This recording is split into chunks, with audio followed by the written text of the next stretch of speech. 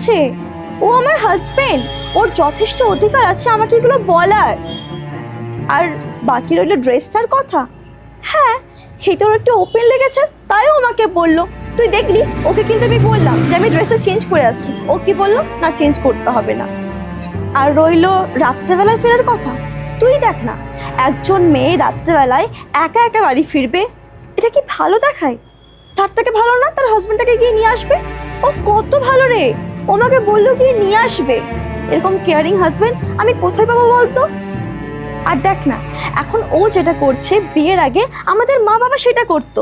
আমরা কোথায় যাব, কার সাথে যাচ্ছি, কি পড়ে যাচ্ছি, কখন ফিরবো, মানে একটা বাউন্ডারি লাগিয়ে দিত। আমরা সেই বাউন্ডারির মধ্যে থাকতাম। কেন? যদি আমাদের কোনো প্রবলেম হয় তাহলে যেন আমাদেরকে হেল্প করতে পারে, তাই না? আগে মা বাবা করতো, আর এখন সেটা আমার হাজবেন্ড করছে। আর আমার নিতে কোনো প্রবলেম নেই, জানিস তো।